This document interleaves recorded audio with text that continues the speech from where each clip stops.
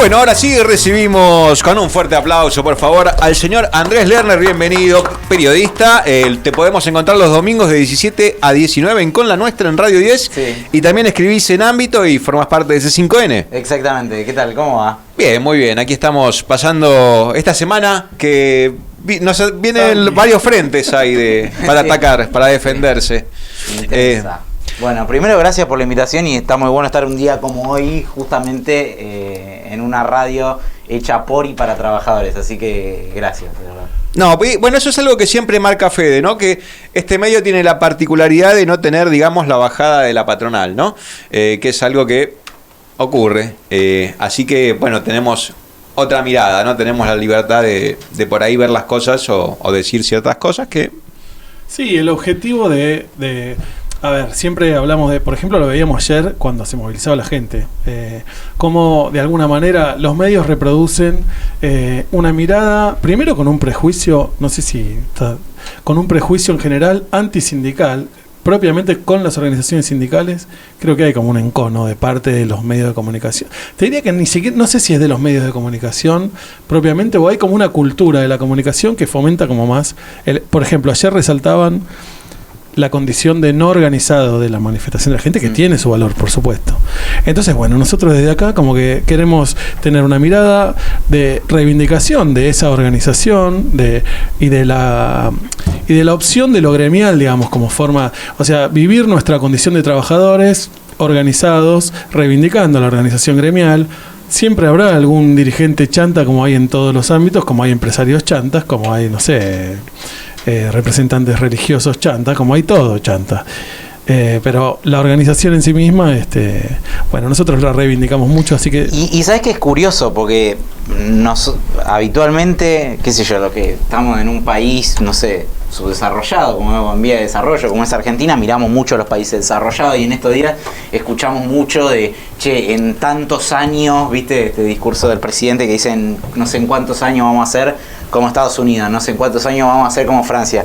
Vos sabés que hay una valoración muy fuerte en este momento de la historia, justamente, por ejemplo, en Estados Unidos, de las organizaciones sindicales y del rol que tienen las organizaciones sindicales, sobre todo en la construcción de un modelo económico como el de Estados Unidos, en el que tiene mucha fuerza la clase media. Claro. Biden, que al margen, digo, de cómo te cae las preferencias políticas e ideológicas por el personaje o no estoy haciendo un juicio de valor del personaje, sino que justamente el presidente de los Estados Unidos está diciendo, si en Estados Unidos tenemos una clase media, y una clase media que, por ejemplo, puede hacer que nuestras industrias también tengan escala a la hora de producir porque puede consumir, es por las organizaciones sindicales. Y hace poco, de hecho, el tipo se apareció en una huelga del sector automotriz, de trabajadores del sector automotriz, que justamente es uno de los sectores más fuertes sindicalmente de los Estados Unidos y que estaban reclamando por un reconocimiento de cómo había mejorado, de cómo mejoró en los últimos años la situación económica de las empresas de la patronal, digamos, ¿no? Sí. Y verlo a Biden ahí era como decir, mirá lo que está pasando. Sí. Y acá es como en Argentina estamos yendo a contramano de eso ahora y de tantas otras cosas que están siendo reivindicadas por los países centrales, ¿no? Sí, bueno, también es lo que decías, estos países que aparecen como desarrollados, Alemania, por ejemplo, sí, es para vos, guarda que está caliente. Apunta bien la bombilla. Sí, apunta bien. La teoría de las siempre bombillas. Discutimos. El mate va para el que le apunta la bombilla. Esa es como la señal. Si yo lo dejo acá, pero mira para allá, es para... Pero es como en zona norte no pasa. Pero pará, me hiciste acordar del juego de la botellita. Es como el juego de la botellita, pero con el mate. Exacto, más o menos. Sí. Bueno, antes de ir propiamente a lo que esta semana nos empuja, vos fuiste, digamos, te formaste, o sea, ¿fue un deseo tuyo ser comunicador y ser periodista y te formaste para eso, o se fue dando a partir de el devenir de la vida? No, yo estudié periodismo, era una de las cosas que siempre desde muy chico me llamó la atención, no la única, sí tuve como varias curiosidades, pero creo que un poco la viola chico, también vimos. Sí, toco un poco la viola, bueno, estudié economía también, no sé, como que tuve varias curiosidades en la vida, y una desde muy chico sí fue el periodismo. Quizás al principio, cuando era pibe, tiraba más para el lado del periodismo deportivo. Me acuerdo, yo soy hincha de Boca, que coleccionaba las estadísticas que salían en el Clarín del Domingo. El Clarín del Domingo tenía una sección deportiva de deportes enorme, que publicaban, no sé, la tabla de posiciones, la tabla de goleadores, los datos de los partidos, y a mí me gustaba recortar y coleccionar todos los datos, me gustaba tener los datos, ¿viste? Sí. Y llevaba como todo un seguimiento muy meticuloso de eso, y siempre pienso que mi primer registro de la idea de dedicarme al periodismo viene de ahí, mira. Claro, del archivo, de construir, de juntar recopilar tu pequeña, información. claro, ¿Sos sí, meticuloso todavía con ese, no digo con el deporte, pero con los temas que abordás así? Trato de ser lo más riguroso posible, y siempre trato de laburar mucho sobre la información, ¿viste? Me parece que estamos en un momento de la comunicación en donde quizás podemos estar nosotros 4 hablando de un tema y saber exactamente qué es lo que opina cada uno sobre ese tema, pero no saber qué pasó. Y yo siempre digo, tenemos que empezar por contar qué es lo que pasó. Sí. Sí, dijiste que estuviste estudiando economía, ¿neoclásico o keynesiano? No, bueno, qué sé yo, en realidad te enseño, mirá, pero es lo que se está discutiendo hoy en día, neoclasismo o keynesiano. Kisi es de keynesiano. Sí. Bueno, pero vos sabés que justamente Kicillof, porque yo estoy en la UBA, Kicillof da clases en la UBA, y Kicillof es un tipo que es neokeynesiano, ponele, pero el chabón estudió un montón a David Ricardo, sí, a Adam Smith, y la escuela clásica. Rescata muchas cosas de ahí. No es que tiene un sesgo ideológico, como si ves, por ejemplo, del otro lado de la biblioteca, hay, no sé si llegaron a escuchar el podcast de Anfibia, que es muy interesante, que habla sobre la vida de Milei, y rescata algunos personajes, y rescata un personaje de una vecina que vivía con Milei, y que un día en el ascensor del edificio le pregunta por Keynes, y el tipo se saca, como que enloquece cuando le hablan de Keynes.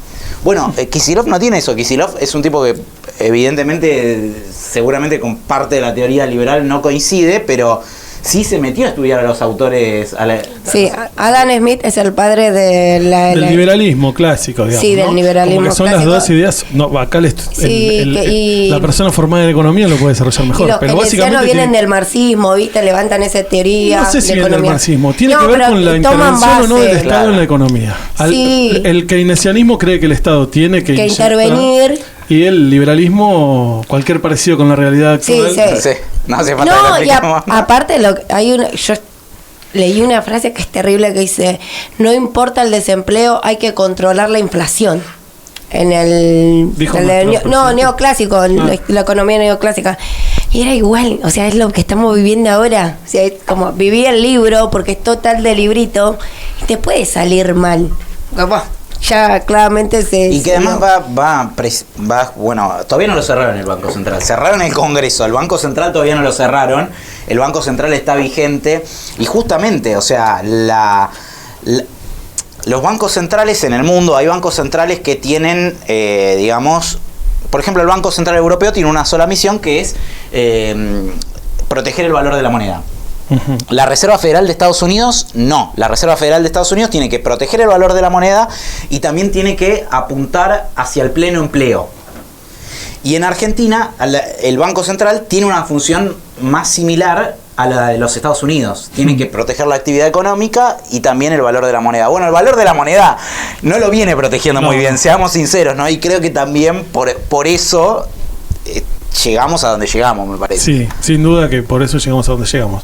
En cuanto a eso, al valor de la moneda, no sé si meterme, no te quiero, pero como dijiste que y nosotros te teníamos no te queremos incomodar, no te queremos incomodar, pero responde. Sí, yo trabajo en temas económicos. Por eso, así que, ¿cuánto hay de cierto en esto de que, digamos, hay un círculo vicioso que siempre se achaca a los gobiernos. Yo soy peronista, no sé si saben, a los gobiernos justicialistas, de como para garantizar cierto poder adquisitivo de la población y sobre todo de los trabajadores, de los sectores medios y bajos, se emite moneda como sin respaldo en el tesoro, digamos, ¿no? ¿Cuánto es cierto que la inflación se dispara por esa emisión de moneda? O en todo caso, ¿cuáles serían los factores de la inflación y por qué no se pudo frenar y por qué no se puede frenar ahora? Bueno, yo creo que hay varios factores. Viste que se dice que la inflación es siempre un fenómeno monetario. Lo dijo ayer el propio presidente de la Bueno, Nación. pero en eso hay algo que es cierto. Ahora, la pregunta es si la causa siempre es monetaria. La inflación efectivamente siempre es un fenómeno monetario, porque en definitiva lo que pasa, ¿y por qué un fenómeno monetario? Porque el dinero vale menos frente a todos los otros bienes de la economía, digamos. Claro. Entonces, en definitiva, es un problema monetario, porque si el peso no vale menos solamente contra este micrófono cuando hay inflación, O sea, vale no menos aumenta... contra este micrófono, contra este termo, contra el agua, contra cualquier producto de la economía vale menos. Quiero decir, Entonces, no aumentan las cosas, sino que pierde valor la moneda. pierde valor la moneda, efectivamente. Porque la inflación, incluso por definición, es el aumento generalizado de los precios durante determinado tiempo. No es el aumento de algunos precios como puede pasar, qué sé yo, que esporádicamente, como hubo una guerra entre Rusia y Ucrania, suba el precio del trigo, no sé, ponele, ¿entendés? Es cuando se empujan todos los precios de la economía hacia arriba, que puede ser causado por una crisis de oferta, como pasó durante la crisis del petróleo, por ejemplo, que deriva en un problema monetario. No quiere decir que sí o sí el origen sea monetario. Claro. Que la inflación sea un fenómeno monetario no quiere decir que es que el origen es monetario. ¿Entendés? Me parece que hay como una discusión ahí, que hay algunos liberales que no terminaron de entender bien esa parte de lo que explica esa definición. Y en Argentina creo que efectivamente sostuvimos mucho tiempo un déficit elevado sin tener financiamiento de ese déficit, sin que nadie lo quiera ni pueda financiar. Y creo que se abusó efectivamente de la emisión monetaria en algún momento, en algunos momentos. No quiere decir que sea el único fenómeno, porque también hubo momentos de políticas muy restrictivas, como pasó en el 2018, a partir del 2018, cuando se firma el acuerdo con el Fondo Monetario Internacional, cuando el acuerdo incluso, digamos, se rompe porque Mauricio Macri pide que adelanten todos los tramos de los desembolsos que estaban previstos, porque cuanto dólar ponían arriba de la mesa era cuanto dólar se llevaba el mercado, y bueno, era como una corrida cambiaria que no frenaba. Y entonces ahí en un momento deciden ir hacia lo que se llama muy técnicamente un control de agregado monetario, a controlar la cantidad de dinero que se mueve en la economía, que no se mueva más de cierta cantidad de dinero. Y la inflación siguió creciendo, y de hecho el último año de Macri fue el año que más inflación tuvo en sus 4 años de administración. Entonces, evidentemente no es lo único, es como bastante más complejo el problema, y requiere los problemas complejos requieren de soluciones complejas. Y ahí sí pienso yo que efectivamente hubo como algo por parte del, no sé, peronismo, Movimiento Nacional Popular, llamarlo como quiera, que fue dejar a un lado la bandera de la inflación. Como que no se abordó el problema, no se abordó, no se pudo. Se dejó esa bandera. Yo creo que no se abordó, sinceramente. Yo creo que acá se trató, no sé, el último año se trató de llegar como se pudo. Hubo una crisis brutal que fue el tema de la sequía, que aunque lo quieran minimizar o negar el impacto, la verdad que es un impacto devastador en la economía argentina, una sequía de la magnitud que tuvimos. Pero yo creo que antes hubo otras posibilidades de hacer un plan de estabilización, y un plan de estabilización no quiere decir que sea algo sumamente regresivo para la población. Creo que todo lo contrario, creo que no hacer nada terminó siendo mucho más regresivo, porque aquellos que pudieron sacar ventaja del fenómeno inflacionario y si querés del atraso en términos reales del tipo de cambio, lo hicieron, y los que no lo pudimos hacer en general fuimos los trabajadores, digamos, porque los precios corrían a un ritmo y nosotros siempre íbamos corriendo de atrás. Yo siempre tengo la misma duda. ¿Por qué, tipo niño de jardín de infantes, por qué no podemos que la Casa de la Moneda haga billete? Yo cobro más, vos cobras más, todos cobramos más y que cobramos y somos todos felices. y somos todos felices con los billetes que dibujan esa. Si nuestra moneda es esa, ¿por qué no se puede que todos ganen más a partir de la emisión de dinero? Y porque en definitiva la economía son bienes. Claro. Son bienes que se producen y que los tenés. La economía no son los billetes, es lo que vos producís. Después de ahí puede haber un reparto mejor, peor de lo que vos producís, y digamos, si vos no tenés más productividad, no hay crecimiento económico, y si no hay crecimiento económico, no hay, salvo por la vía de la redistribución, mejora en las condiciones objetivas de la gente. Porque primero, varias cosas y otro de los problemas que tuvimos y que impactó sensiblemente en la inflación fue habernos quedado sin dólares. Claro. Eso yo particularmente creo que se administró mal durante los 2 primeros años. Hubo un superávit comercial muy fuerte. ¿Qué quiere decir eso? Que le vendimos más al mundo de lo que le compramos, y eso fue virtuoso porque le estábamos comprando más de lo que le veníamos comprando y empezamos a venderle más de lo que le veníamos vendiendo. ¿Para qué época de esto? Digo, de estos últimos 4 años de Alberto Fernández, los dos primeros 2 años y medio, los primeros 2 años y medio, te diría, entre el 2020, 2021 y un pedazo de 2022, esto venía muy bien, pero todos esos dólares iban por otra ventanilla que en general era el pago de distintas deudas. Deudas de empresas privadas, deudas de provincias, deudas de algunas empresas no privadas también, que también decidieron cancelar deudas en los mercados internacionales con dólares del Banco Central. Y yo me pregunto si todo eso no se podría haber renegociado de alguna manera, o haber puesto, por ejemplo, un tipo de cambio distinto, que no sea el oficial, el dólar más barato, para cancelar esas deudas, y haber cuidado un poco más esos dólares, que con más reservas en el Banco Central la situación hubiese sido muy distinta a la que vivimos. Y ahora, digamos, ¿no?, que se tomaron este DNU que sorprendió a muchos anoche, con estas medidas de ultraderecha drásticas que van a causar sufrimiento en los trabajadores. Dentro de un, digamos, marco teórico, ¿se podría implementar de otra forma algo que evite, digamos, esta catástrofe monetaria que se plantea? Sí, yo creo que totalmente. Yo, si querés, arranco por las primeras medidas del gobierno que fue tomando y después vamos a lo del DNU, porque son como cosas distintas. El plan económico no existe, no hay plan económico. Hicieron una devaluación de más del 100%, algunos dicen que no se puede devaluar más, bueno, hicieron, porque dicen que algo, hay toda una discusión económica, que algo no se puede devaluar más del 100%, bueno, se entiende, sería un salto cambiario de más del 100%, hicieron un salto cambiario de más del 100% sin ningún plan. No hay ningún tipo de coordinación entre las áreas económicas. Yo, por mi laburo, estoy en constante contacto con los funcionarios y además no hay ningún tipo de coordinación entre las áreas económicas, salvo entre el presidente del Banco Central y el ministro de Economía, que son amigos, son socios, eran socios de una consultora, digo, no es que estoy dando un dato re loco, todo el mundo lo sabe.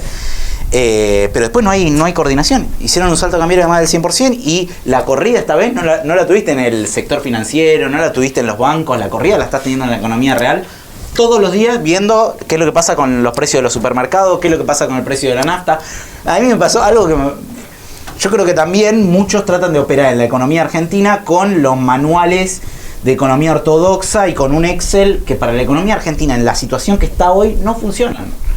Porque decían, no, nosotros liberamos el precio de la nafta, pero no pensamos que iba a ser más gradual el aumento. No, flaco, estuviste 5 meses diciendo que ibas a liberar los precios. Llegaste, liberaste los precios y aumentaron todo lo que quisieron. Y aumentaron al 80% el precio de la nafta. Y la descoordinación es tal que vos querés reducir el gasto público, y esto te va a llevar a más gasto público, porque ahora vas a tener que subsidiar más a las empresas de colectivos, si no, no va a haber empresas de colectivo que circulen en el área metropolitana de Buenos Aires. Vas a tener que ponerle más guita para cargar nafta a los patrulleros. Digo, o sea, hiciste las cosas de forma tan descoordinada que las cosas salen mal, cuando incluso sacando de la perspectiva que uno pueda tener ideológicamente o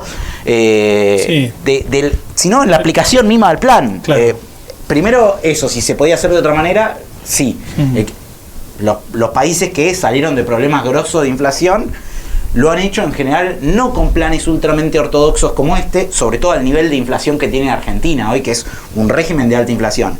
Lo han hecho con planes de estabilización, en donde vos te metés a coordinar un montón de variables. Claro. No solamente lo que tiene que ver con el tipo de cambio, sino te pones a coordinar un montón de variables y ahí entran los precios, los salarios, y el Estado toma un rol mucho más protagónico para tratar de ir ordenando el partido cuando está absolutamente desmadrado y una economía hiperindexada, que los precios aumentan porque ya aumentaron el mes pasado y todos suponen que van a aumentar el mes que viene.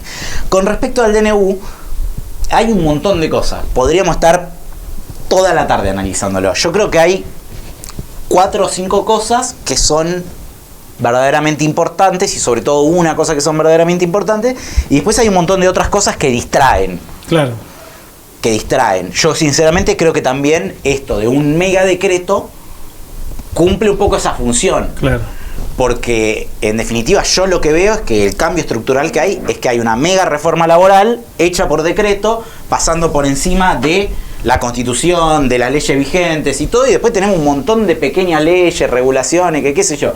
Las podemos discutir, pero me parece que nos corren el foco de atención de lo que está pasando y que es verdaderamente importante, que es la reforma laboral que están haciendo. Me parece que ahí está el grueso de la atención. Después hay algunas otras cosas que son importantes, como la liberación de todos los cupos locales para alimentos y demás, la ley de alquileres, lo que tiene que ver con las prepagas. Hay algunas cosas más que son importantes, pero el verdadero cambio estructural en la organización de la sociedad y de la economía que veo yo es el tema laboral. Va para ese lado. ¿Y cuánto hay de cierto en esto de que, digamos, la justificación del gobierno es: nosotros vamos a una primera etapa de un shock fuerte, donde vamos a estar peor un tiempo, pero después eso, digamos, va a estabilizar la situación y va a hacer que venga la Argentina que todos queremos? ¿Vos qué análisis haces de esa afirmación? Y bueno, todavía estamos muy en una etapa prematura de vamos viendo, porque el gobierno también está en eso, está en un vamos viendo. Anunciaron que subían las retenciones, después dieron marcha atrás, ahora se metieron en un quilombo peor porque le pusieron retenciones a las grandes exportadoras, que son las que manejan el flujo de dólares en Argentina. Al margen de eso, sí es cierto que vos, en determinado momento, después de pegarle varias vueltas al ajuste, con más inflación al principio, tal vez con hiperinflación al principio, en algún momento de tanto ajustar, efectivamente puedes llegar a estabilizar, pero sobre un piso muy bajo, y tal vez terminás estabilizando la economía sobre un piso muy bajo. Pero yo creo que no solucionaste el problema. Si vos te había doblado el dedo y te cortaste el brazo, sí, no te duele más el dedo, pero no sé si solucionaste el problema. Qué sé yo, si vos vas al médico y te dice, sí, no hay ningún problema, usted se quebró el dedo, bueno, le voy a cortar el brazo, y qué sé yo, ¿solucionaste el problema? Sí, el dedo no te duele más, no sé, pero... No hay manera que te duele el dedo. No. A mí lo que me llama la atención de las medidas que tomó, y yo tengo 2 abuelos jubilados, es que en ningún momento los nombró. O sea, lo único que dijo, bueno, no se hacen más estos aumentos que había dejado Cristina antes por ley en el Congreso, de los aumentos todos los años, pero no los nombra para nada. O sea, es algo que no los nombra. No existen los jubilados. No existe sí, ahora con el tema de la medicación, es como que pobre, mi abuela tiene de todo, y ella tenía la esperanza de que se tenía que operar, tiene que tener una prótesis. Sí. Y ella decía, bueno, abuela, estos eran en septiembre, octubre. La gente va a pensar, vos vas a ganar masa, te vas a poder operar. Eso se lo decía. Ya el 19 mismo estábamos viendo en juntar plata para pagarle la prótesis. Ayer, con la liberación de... No. Bueno, quédate así. Sí. Porque no se sabe si va a estar cubierto. O sea, para los jubilados no hay una. No es que ni siquiera se los nombra. Es como una parte de la sociedad que no se está nombrando. Se hablaron de los chicos, de los planes sociales, de los trabajadores. No se habla de los jubilados. Y los jubilados no tienen sindicato. Claro. No. Los jubilados no pueden hacer paro, por ejemplo. Uh-huh. Se los nombró en determinado momento para decir que se iba a suspender la fórmula que rige actualmente, que da las actualizaciones trimestrales.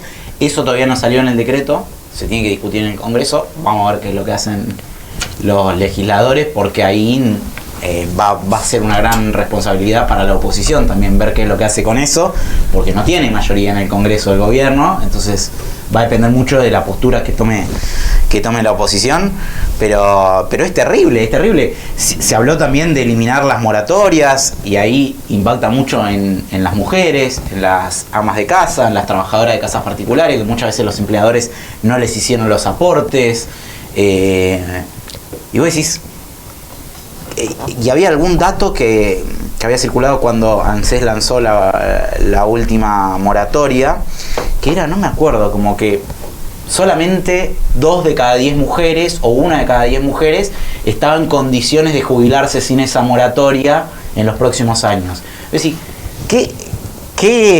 ¿cuál es el modelo que le estamos ofreciendo a la sociedad? Decirle que 1 de cada 10 o 1 de cada 10 en este caso se puede jubilar. O sea, si no, realmente si eso es lo que tenemos para ofrecer, si vos sos político y eso es lo único que tenés para ofrecer a la sociedad, flaco, dedícate a otra cosa. Si no le podés encontrar una solución a eso, que sea virtuosa, a gente que laburó toda la vida, porque no es que esa gente, los números de desempleo no te dan para decir 9 de cada 10 no estuvieron laburando los últimos 30 años, ¿qué estaban haciendo? Claro. Si en Argentina la gente labura, el desempleo es históricamente bajo, ahora estamos en un momento muy bajo, o sea que alguien no le hizo los aportes.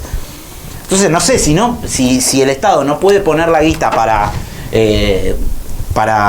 financiar que esas personas tengan una jubilación, anda a cobrársela al que no la pagó en su momento, loco. ¿Qué querés que te diga? Pero tiene que haber algún proyecto superador a que 1 de cada 10 mujeres se pueda jubilar, porque si no, ¿qué estamos ofreciendo a la sociedad? No, y lo otro que notaba es que justo lo que vos hablabas del tema de la nafta puntualmente, es que es como la continuación de un mandato, el mandato de Macri, ¿no?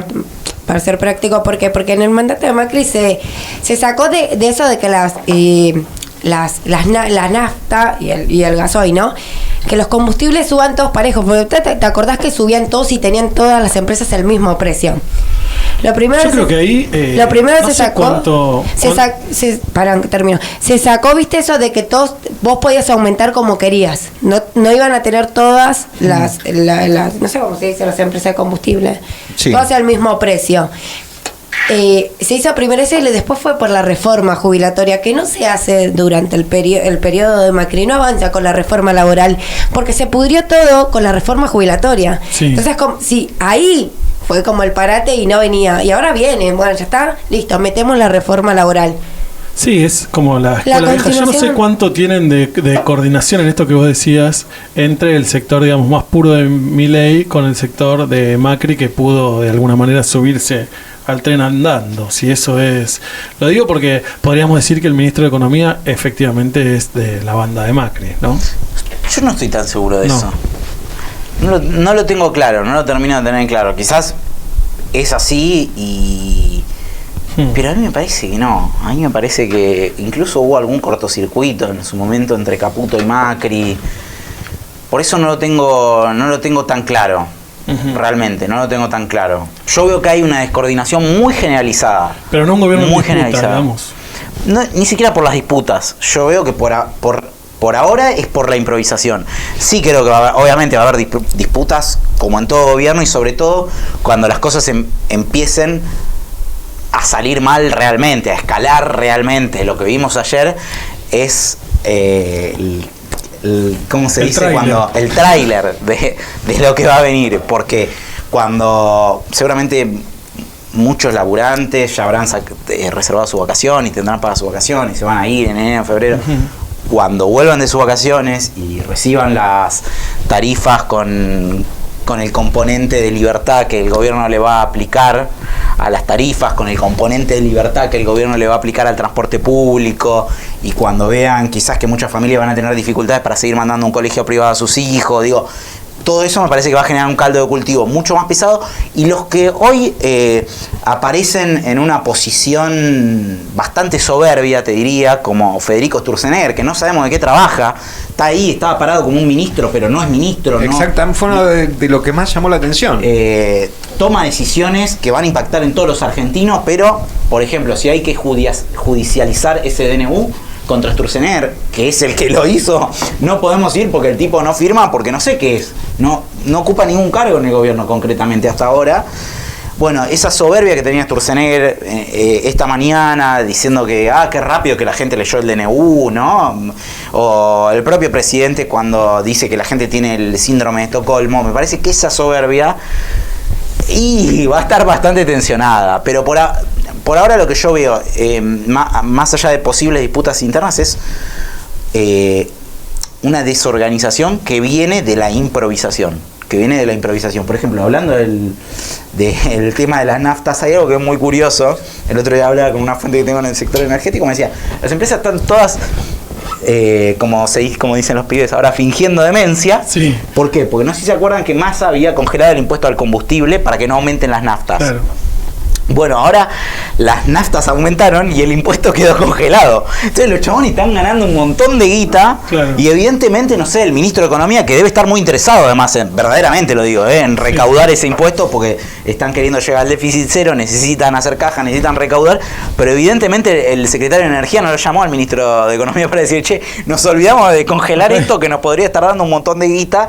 ¿Qué guita que se están llevando las empresas petroleras en este momento? Claro, bueno, es parte también de esa idea de desregulación, ¿no? Que uno no sabe cuál es, por dónde van a ser que van a recaudar si tienen esta idea de que el Estado intervenga tan poco, ¿no? Esa es la parte que no entiendo de la ideología. Bueno, es que igual hicieron un impuestazo.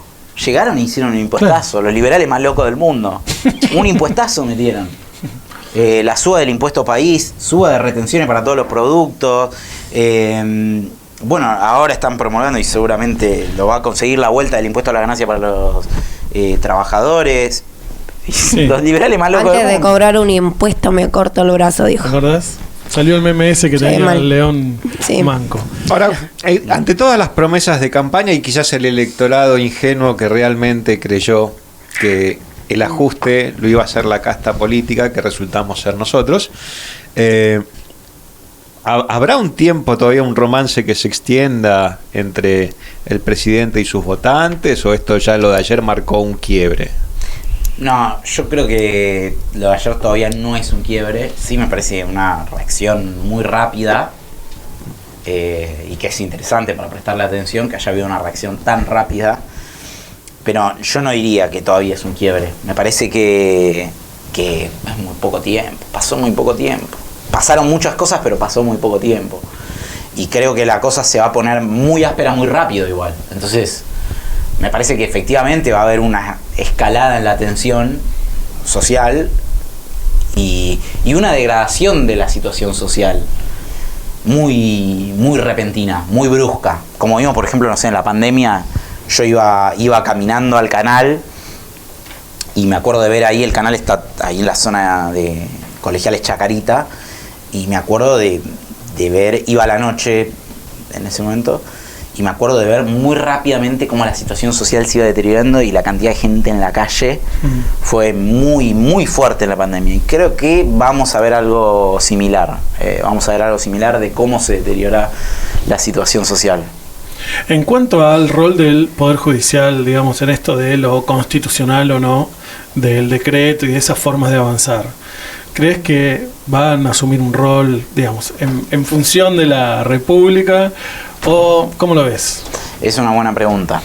La verdad que no sabría decirte. Hoy estuve hablando con varias fuentes así del ámbito judicial y es como que hay de las dos bibliotecas. Hay algunos que creen que la cosa es tan burda que algunos integrantes del Poder Judicial van a tener que tomar partido por esto y que va a ser muy difícil que no tomen partido por esto y que no tiren para atrás muchas de las cosas que se están haciendo. Y hay otros que te dicen, che, mirá que el oficialismo hasta hace 5 minutos le estaba haciendo un juicio político a la Corte en la Cámara de Diputados. Claro. También.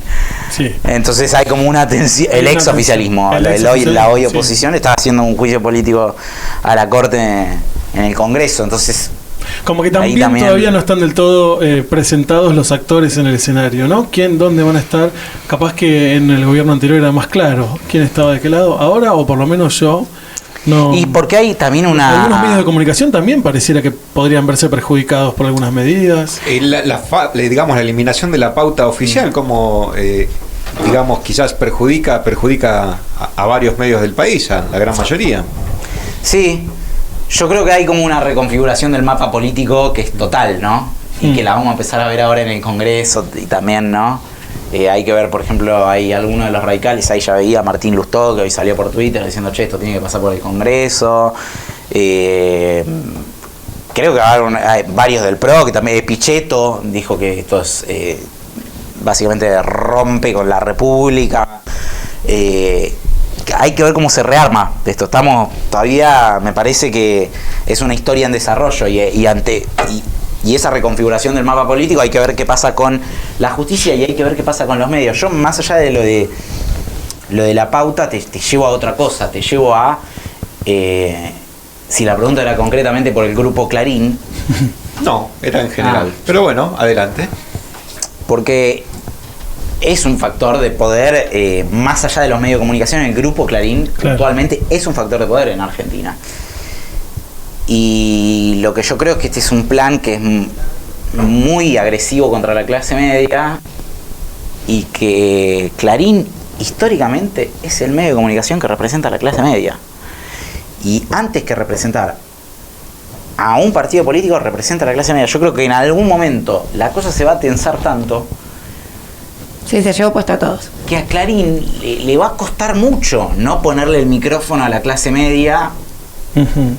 Y que pero ni siquiera digo operar en contra del digo, va a estar ahí, va a ser imposible. Llega un momento, y además, saquemos el grupo Clarín, llega un momento que las cosas son imposibles de tapar, que vos podés decir lo que quiera, podés inventar el relato que quiera, que el otro día decían que los que salían en un móvil de C5N decía el presidente que eran actores, que no sé, vos podés decir lo que quieras, pero llega un momento que las cosas son imposibles de tapar. Vos podés meter 250.000 policías para 3.000 manifestantes del Polo Obrero y hacer todo un show 12 horas con eso, pero si después la gente llega a la casa y no puede comprar comida, digamos, no...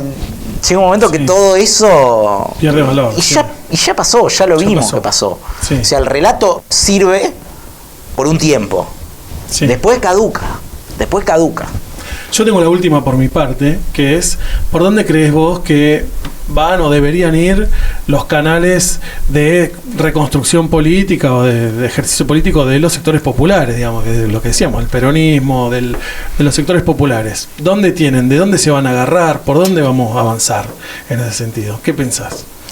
Bueno, no sé, a mí me pareció interesante más allá del personaje, porque lo dijo Kicillof y después medio que lo repitió Grabois, esto de empezar a pensar en nuevas melodías, dijo, ¿no? Nuevas canciones, y me parece que tiene que haber como ahí una reformulación porque cambió mucho, también veo, por ejemplo, el mundo del trabajo, cambió mucho. Sí.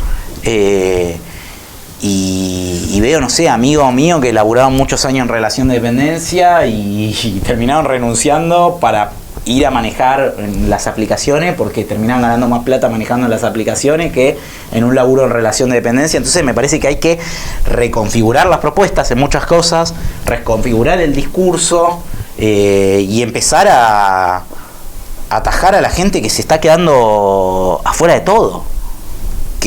Y que, porque muchas veces siento que por ahí desde la política se habla de algunas cosas que no son tan tangibles para la gente, ¿entendés? Es mucha la gente que hoy por hoy, cuando le hablas de los derechos laborales, no sabe de qué le estás hablando. Claro. Entonces, por ahí el discurso hay que enfocarlo de otra manera. Hay que pensar cómo meter a esa gente adentro del sistema y pensar concretamente cómo hacer. Ojo, no estoy diciendo que hay que hacer lo que está haciendo esta gente, que es eliminar los derechos laborales. Estoy diciendo otra cosa. Estoy diciendo que hay que ir a buscar a esa gente y ver que, por ejemplo, qué es lo que quieren. Yo creo que ni sabemos qué es lo que quieren. Los pibes que reparten en bicicleta a las 11 de la noche en la ciudad de Buenos Aires, pedaleando 12 horas para juntar un mango. ¿Alguien se sentó a hablar con esos pibes a ver cuál es la preocupación, qué se podría hacer para de forma inmediata mejorar su situación laboral? ¿Alguien se sentó a hablar con esos pibes? Son muchos, son cada vez más. Entonces, yo creo que hay que como salir de la estructura y empezar a ver también cuáles son las demandas de la gente y resetear el discurso económico. También resetear el discurso económico. No puede pasar más que un gobierno nacional y popular, o poner el nombre que quieras, se vaya con un 160% de inflación y con la comida aumentando el doble que los sueldos. Sí. No puede pasar más. Porque si no, de vuelta, o sea, así como el relato se cae, ¿entendés? Porque si a vos todos los días la comida te aumenta más que el sueldo, y la promesa de este gobierno era llenar la heladera, de este gobierno, no del gobierno anterior, pero sí, era llenar la heladera. Y no pasó. No pasó. Bueno, leemos algunos mensajes del chat. Bueno, hay muchos saludos para Mario Palverán de Pablo Juárez.